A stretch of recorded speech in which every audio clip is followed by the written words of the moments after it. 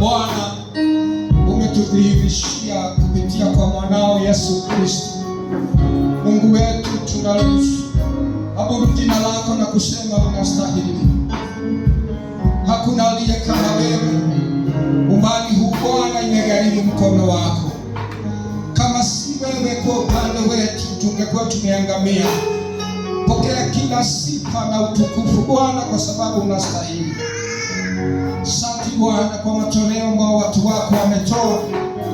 Nayaweka mbele yako ya kwamba Bwana itafanya kazi yako zaidi. Mungu wangu, ya kwamba wabariki watoaji, hata wale ambao hawana Bwana, wakumbuke siku ya kesho Bwana, wakawa na kitu cha kukutolea. Unapoenda kulisikia neno lako Bwana, tunaomba ya kwamba Roho wako Mtakatifu akalifafanua neno hili ndani yetu, ili Bwana likaweza kutekeleza kile ambacho ulilolituma likaweza kufanya.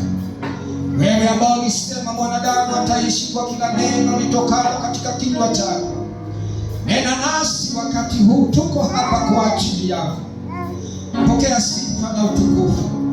Asante kwa kila jambo ambalo Bwana tumelifanya mahala hapa, na hata lile ambalo tunaenda kulifanya kwa ajili ya utukufu wa jina lako.